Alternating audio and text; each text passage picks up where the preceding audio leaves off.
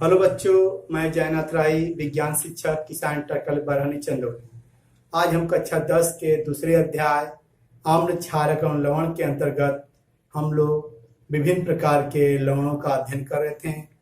आज हम क्या करेंगे, धावन सोडा, जिसे हम वॉशिंग सोडा या धोने का सोडा भी कहते हैं, उसके बारे में अध्ययन करेंगे।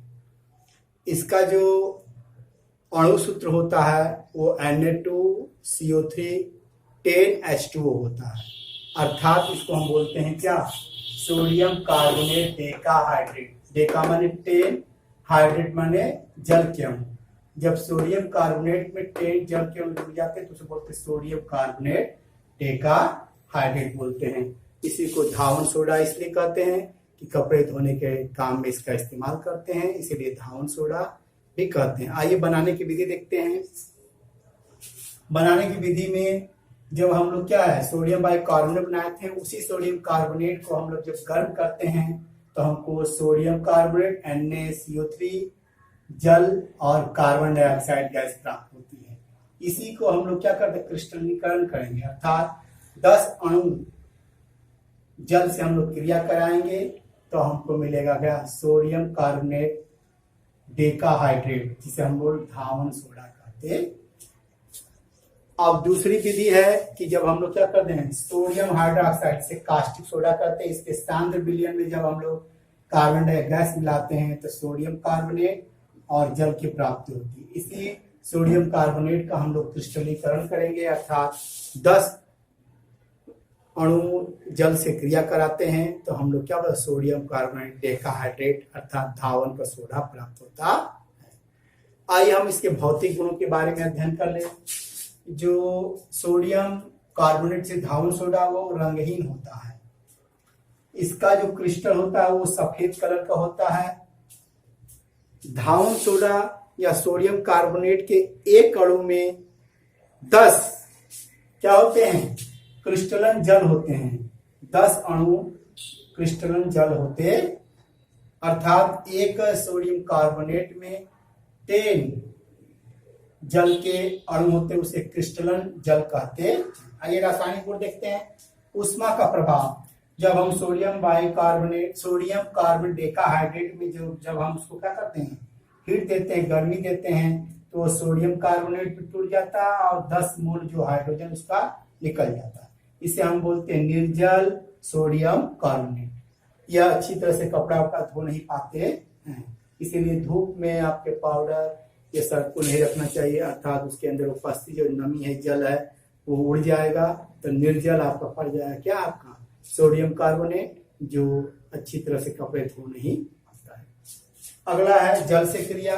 जब हम सोडियम कार्बोनेट के जल से क्रिया कराते हैं तो हमको सोडियम हाइड्रोक्साइड से हम कास्टिक सोडा बोलते हैं, साथ में कार्बोनिक अम्ल प्राप्त होता है, जैसे H2CO। अब हम बूझे चूने के साथ क्रिया कराएंगे। सोडियम कार्बोनेट है, ये बूझा चूना है, जिसे हम कैल्शियम हाइड्रोक्साइड बोलते हैं, तो इससे बनता है सोडियम हाइड्रोक्साइड, साथ में क्या होता है, कार्बोनेट बनता है, कैल्शियम कार्बोनेट। ये हो गया आपका क्या, रासायनिक गुण। अब अगला देखते हैं अम्ल से क्रिया।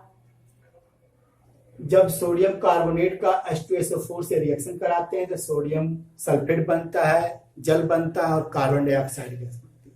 इसी सिद्धांत का इस्तेमाल हम लोग क्या करते हैं, अग्निशामक यंत्रों में करते हैं।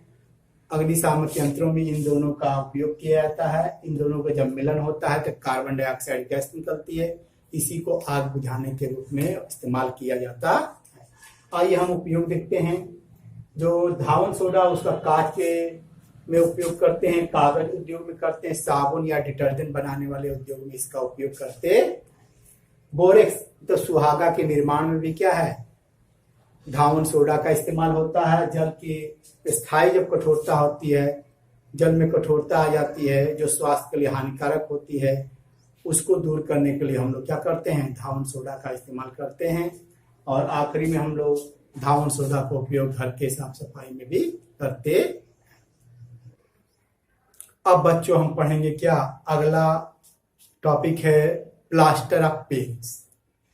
प्लास्टर ऑफ पेरिस का नाम क्यों पड़ा, क्योंकि प्लास्टर ऑफ पेरिस जिस पदार्थ अर्थात जिप्सम से प्राप्त होता है। वह जिप्सम पेरिस के पास पाया जाता था, इसीलिए इस का नाम पड़ा क्या, प्लास्टर ऑफ पेरिस। आइए देखते हैं इसका क्या है नाम। इसका जो रासायनिक नाम है calcium sulphate hemihydrate. Calcium sulphate, hemi half के लिए लिया गया, आधा अणु, जल के लिए हाइड्रेट माने जल। कैल्शियम सल्फेट हेमीहाइड्रेट को ही बोलते हैं प्लास्टर ऑफ पेरिस। इसका रासायनिक अणुसूत्र क्या है, CaSO4 हाफ H2O। आते हैं बनाने की विधि। हमने पहले ही कहा ये जिप्सम से प्राप्त होता है। जब जिप्सम को हम लोग उष्मा देते हैं तब हमको प्लास्टर ऑफ पेरिस मिलता है। देखिए कैसे, यहाँ पे आपका जिप्सम है CaSO4 2H2। यहाँ पे क्रिस्टलन जल 2 है। जब इसको हम उष्मा देते हैं अर्थात 373 केल्विन जब हम टेम्परेचर देते हैं, इसका कुछ मात्रा जल का बाहर निकल आता है। ये मात्रा आपका जल के बाहर निकल जाता है जल का। बचे हुए भाग को हम बोलते हैं प्लास्टर ऑफ पेरिस। इसमें कैल्शियम सल्फेट में के अणु में कितना है जल है, हाफ, आधा जल के अणु है। तो इस व्यवस्था को, इस चीज को हम बोलते हैं प्लास्टर ऑफ पेरिस। आइए गुण देखते हैं प्लास्टर ऑफ पेरिस का। प्लास्टर ऑफ पेरिस क्या होता है, सफेद क्या होता है, चूर्ण होता है। इसमें हाफ, आधा क्रिस्टलन जल के अणु होते हैं। जब हम इसको जल में मिलाते हैं तो यह पुनः क्या होता है, हमको जिप्सम प्रदान करता है। आइए देखते हैं। जैसे ये आपका प्लास्टर ऑफ पेरिस है, इसमें हम कुछ मात्रा जल का मिलाते हैं तो ये पुनः हमको जिप्सम प्राप्त हो जाता है।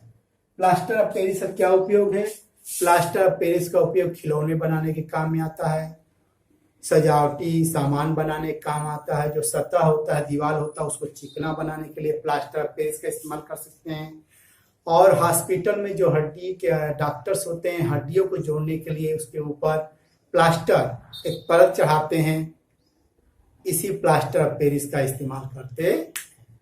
इस तरह हमने क्या किया है, अम्ल, क्षारक एवं लवण के अंतर्गत जितने भी लवण के प्रकार थे उनके बारे में अध्ययन किया। अब तक हमने क्या पढ़ा, साधारण नमक, सोडियम हाइड्रोक्साइड, ब्लीचिंग पाउडर, खाने का सोडा, धोने का सोडा और प्लास्टर ऑफ पेरिस। एक छोटा सा टॉपिक इसमें और है, अम्लराज।